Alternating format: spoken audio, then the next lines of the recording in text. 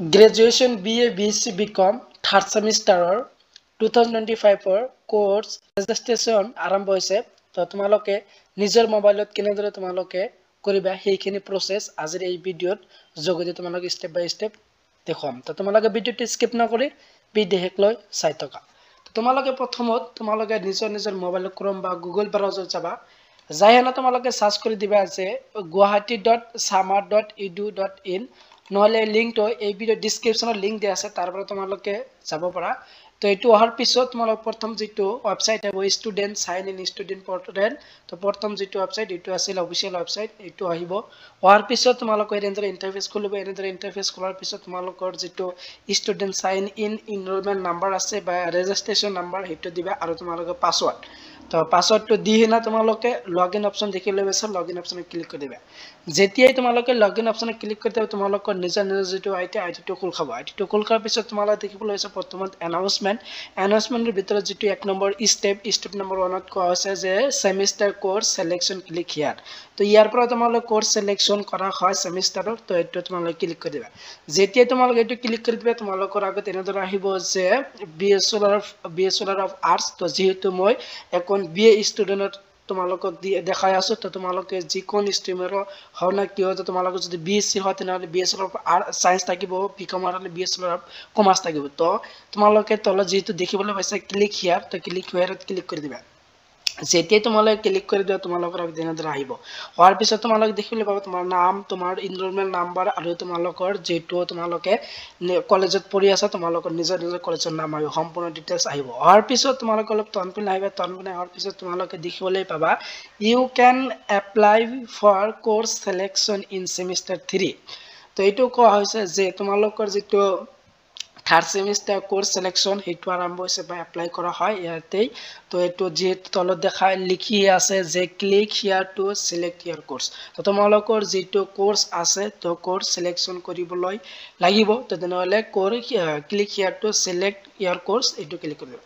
যেতিয়া তোমালোকে এইটো ক্লিক কৰি দিবা তোমালোকৰ আগত এনেদৰে ইন্টাৰফেস খুলিব। এনেদৰে ইন্টাৰফেস খোলাৰ পিছত তোমালোকে দেখিবলৈ পাবা যে তোমালোকৰ serial number, option type, course code আৰু কোৰ্স নাম্বাৰ, ক্ৰেডিট। তোমালোকৰ যিখন সাবজেক্ট পঢ়ি আছা সেই সাবজেক্টৰ নামটো আৰু পেপাৰ কোড আৰু ক্ৰেডিট খিনি জানি লবা, নহলে তোমালোকৰ ভুল হ'ব। তো তোমালোকে দেখিবা তোমালোকৰ যেহেতু ইয়াত দেখিবলৈ পাইছা মেজৰ 3 আৰু মেজৰ 4 বা মাইনৰ 1। তো মেজৰ 3 আৰু মেজৰ 4 বুলি ইয়াত তোমালোকে জানিব লাগিব যে যেহেতু তোমালোকে ফাৰ্স্ট সেমত মেজৰ 1 পঢ়িছা আৰু সেকেন্ড সেমত যেহেতু তোমালোকে মেজৰ 2 পঢ়িছা আৰু থাৰ্ড সেমিস্টাৰত আহি গৈ তোমালোকৰ মেজৰ 3 আৰু মেজৰ 4 পঢ়ি আছা। তোমালোকৰ যেহেতু তোমালোকৰ মেজৰ 3 আৰু মেজৰ 4 ইয়াত সিলেক্ট কৰিব লাগিব। ইয়াত কোৱা হৈছে যে select 8 credit, you have select 0 credit, remaining selection 8 credit. ইয়াত কোৱা হৈছে যে তোমালোকৰ যেহেতু 8 ক্ৰেডিট তোমালোকে সিলেক্ট কৰিব লৈছে। তো প্ৰতিটো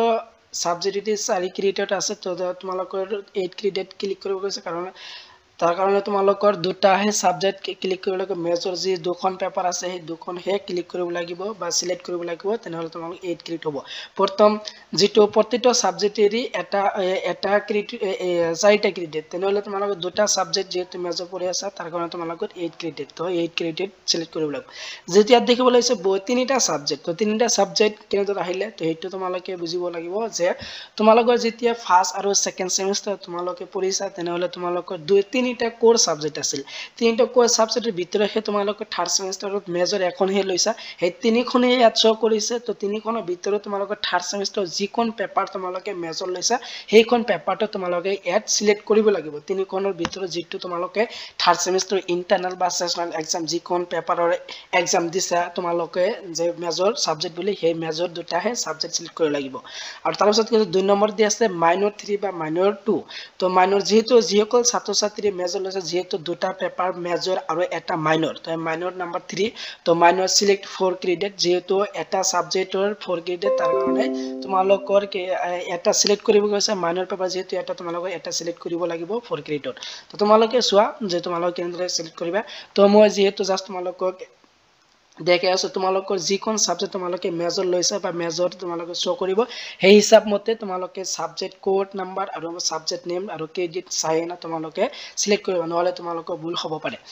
তো মই পলিটিক্যাল সায়েন্স সাবজেক্ট লোৱা মেজৰৰ কৰি দি আছো আৰু মাইনৰ হিষ্ট্ৰী লোৱা সেইটো কৰি দি আছো তো যোনে যি সাবজেক্ট আছে সেইটো কৰি ল'বা তো মেজৰ যেহেতু পলিটিক্যাল আছে POL04300104 MG তো এইটো আছিল মেজৰ পেপাৰ প্ৰথম পেপাৰ যেহেতু MG দিয়া আছে তাৰ মানে তোমালোকে ভাবিব লাগিব এইটো মেজৰ তো মেজৰ প্ৰথম পেপাৰ 104 বুলি দিয়া আছে এইটো প্ৰথম পেপাৰ মেজৰ পলিটিক্যাল তাৰপিছত দি আছে 204 MJ এইটো হল major paper 2 number political science তো তোমালোকৰ জনে যি সাবজেক্ট আছে সাবজেক্ট দুটা ক্লিক কৰি ল'বা মেজৰ সাবজেক্ট বা তাৰপিছত চোৱা যে 2 নম্বৰত তোমালোকে কি কৈছে মাইনৰ তো মাইনৰ এখন যেহেতু তোমালোকৰ আছে মাইনৰ এখন হে সিলেক্ট কৰি ল'বা সিলেক্ট 4 ক্ৰেডিট তো যেহেতু হিষ্ট্ৰী মেজৰ মাইনৰ লৈছে তো HIS 43001004 আৰু MN মানে দিয়া আছে তাৰ মানে তোমালোকে বুজিবলৈ মাইনৰ তো এইটো আছিল মাইনৰ পেপাৰ হিষ্ট্ৰী তো তোমালোকৰ ঠিক এনেকৈ তোমালোকৰ যেটো সাবজেক্ট মেজৰ লৈছে তো মেজৰ দুটা সিলেক্ট কৰি লবা আৰু মাইনৰ যেটো এটা সাবজেক্ট লৈ সেইটো সিলেক্ট কৰি লবা আৰু এটা কথা যে যিসকল ছাত্ৰ ছাত্ৰী মাইনৰ পঢ়ি আছে তেওঁলোকে তেওঁলোকে ঠিক এনে ধৰণে থাকিব তোমালোকৰ যেটো মাইনৰ পেপাৰ দুটা তো মাইনৰ পেপাৰ প্ৰথম পেপাৰটো তোমালোকে যেটো আছে সেইটো সিলেক্ট কৰিবা দ্বিতীয় নম্বৰ পেপাৰটো সিলেক্ট কৰিবা আৰু তোমালোকৰ যেটো মাইনৰ পেপাৰ 3 থাকিব 3 ইয়াৰ পৰা যিকোনো এটা সিলেক্ট কৰি লবা তো তোমালোকে যেতিয়া সিলেক্ট ম্যাক্সিমাম 8 ক্ৰেডিট যেহেতু তোমালোকৰ ইউ হ্যাভ সিলেক্ট 8 ক্ৰেডিট যেহেতু তোমালোকৰ 8 ক্ৰেডিট সিলেক্ট কৰিবলৈ কৈছে মই ইতিমধ্যে দুটা সাবজেক্ট সিলেক্ট কৰিছো 8 ক্ৰেডিট যেহেতু প্ৰতিটো সাবজেক্টে 4 ক্ৰেডিট তেনেহলে দুটা সিলেক্ট কৰিছো 8 ক্ৰেডিট তাৰপিছত যেহেতু সিলেক্টেড ম্যাক্সিমাম 4 ক্ৰেডিট যেহেতু 4 ক্ৰেডিট সিলেক্ট কৰিবলৈ কৈছে যেহেতু মাইনৰ এটা সাবজেক্ট সিলেক্ট কৰিছো তাৰ কাৰণে ইউ হ্যাভ সিলেক্ট 4 ক্ৰেডিট দেখা আছে তো এনেদৰে তোমালোকৰ যেটো নিজৰ নিজৰ সাবজেক্ট আছে মেজৰ লৈছে বা মাইনৰ যেটো সাবজেক্ট আছে এইটো তোমালোকে চাই চিন্তি হেন তোমালোকে সিলেক্ট কৰি লবা তোমালোকৰ ভুল হলে কিন্তু তোমালোকৰ এক্সামিনেশনত তোমালোকৰ যেটো ৰিজাল্ট হ'ব তাৰ কাৰণে তোমালোকে অন্তু ফেল বুলি দেখিবলৈ পাবা তাৰ কাৰণে তোমালোকে চাই চিন্তা হেনা তোমালোকৰ পেপাৰ কোড পেপাৰ নেমটো তোমালোকে ক্ৰেডিটটো ভালদৰে চাইহে দিবা আৰু তোমালোকে যেটো ইন্টাৰনেল বা সেশনাল এক্সাম আছে সেইটো চাই এক্সাম দিবা তাৰ পিছত আহা যে 3 নম্বৰত কি কৈছে 3 নম্বৰত দিয়া আছে SEC স্কিল এনহান্সমেন্ট কোৰ্স যেটো তোমালোকৰ চেক এখন পেপাৰ আছে সেই চেক পেপাৰটো তোমালোকে সিলেক্ট কৰিব লাগিব যে তোমালোকৰ কোনটো তোমালোকে চেক সাবজেক্ট পঢ়ি আছে সাবজেক্ট কেইটা দিয়া আছে মেনশন কৰি দিয়া আছে তোমালোকৰ যিকোন সাবজেক্ট পঢ়ি আছে এই সাবজেক্টটো তোমালোকে সিলেক্ট কৰি লবা তো সিলেক্ট কৰি লবা আৰু তাৰ পিছত 4 নম্বৰত দি আছে MDC মাল্টি ডিসিপ্লিনাৰী কোৰ্স যেটো থাৰ্ড সেমিস্টাৰ এখন মাল্টি ডিসিপ্লিনাৰী MDC সাবজেক্ট তোমালোকে পঢ়ি আছে তো তোমালোকৰ কোনখন কলেজৰ যিকোন কলেজত তোমালোকে পঢ়াটো এই যিকোন তোমালোকে MDC সাবজেক্ট পঢ়ি আছে তো হেটো সাবজেক্ট তোমালোকে সিলেক্ট কৰি লবা তাৰ পিছত দি আছে 5 নম্বৰত BSc ভ্যালু এডেড কোৰ্স যেটো থাৰ্ড সেমিস্টাৰ পঢ়িব লাগে BSc সাবজেক্ট যেটো তোমালোকৰ আছে হেটো তোমালোকে সিলেক্ট কৰি লবা তো এই পাঁচটা সিলেক্ট কৰি লবা পাঁচটা সিলেক্ট কৰি তো সৰ্বমুঠ তোমালোকৰ 6টা পেপাৰ যেনে মেজৰ পেপাৰ দুটা মাইনৰ এখন তিনিটা চেক আৰু MDC আৰু BSc সৰ্বমুঠ 6খন পেপাৰ আৰু মাইনৰ যিসকল ছাত্ৰ ছাত্ৰী আছে অনলি মাইনৰ তেওঁলোকৰ ঠিক এনেদৰে যে মেজৰ দুটা ইয়াৰ পৰা দুটা সিলেক্ট কৰি লবা আৰু সৰি মাইনৰ দুটা ইয়াৰ পৰা দুটা সিলেক্ট কৰি লবা আৰু এখন মাইনৰ থাকিব মাইনৰ এটা সিলেক্ট কৰি লবা সৰ্বমুঠ 3টা পেপাৰ পঢ়িব লাগে মাইনৰৰ ছাত্ৰ ছাত্ৰীসকল আৰু মেজৰৰ 3টা পেপাৰ যেনে মেজৰ দুটা মাইনৰ এটা তো এনেকৈ সিলেক্ট কৰাৰ পিছত তোমালোকে তলত যে দেখিলে সাবমিট অপচন তো সাবমিট অপচনে ক্লিক কৰি দিবা যেতিয়া তোমালোকে সাবমিট অপচনে ক্লিক কৰি দিয়া তোমালোকৰ আগত এনেদৰে আহিব আৰু তোমালোকে এনৰলমেন্ট নাম্বাৰ প্ৰগ্ৰাম তোমালোকে কোন স্ট্ৰীমত পঢ়াইটো শো কৰিছে সিজন তাৰ পিছত দিয়া আছে সকলো ডিটেইলছটো ইয়াত দিয়া আছে তোমালোকৰ আৰু তাৰ পিছত দিয়া আছে তোমালোকে যে কোন কেটা সাবজেক্ট তোমালোকে সিলেক্ট কৰিলে সেই সাবজেক্ট কেটা গোটেইবিলাক আহিছে যেহেতু মই এখন ষ্টুডেন্টৰ BA ষ্টুডেন্টৰ যে মেজৰ পলিটিক্যাল মেজৰ লোৱা ছাত্ৰৰ এখন মই তোমালোকক এক্সাম্পল হিচাপে দেখাই আছো যে যেহেতু মেজৰ পলিটিক্যাল আছিল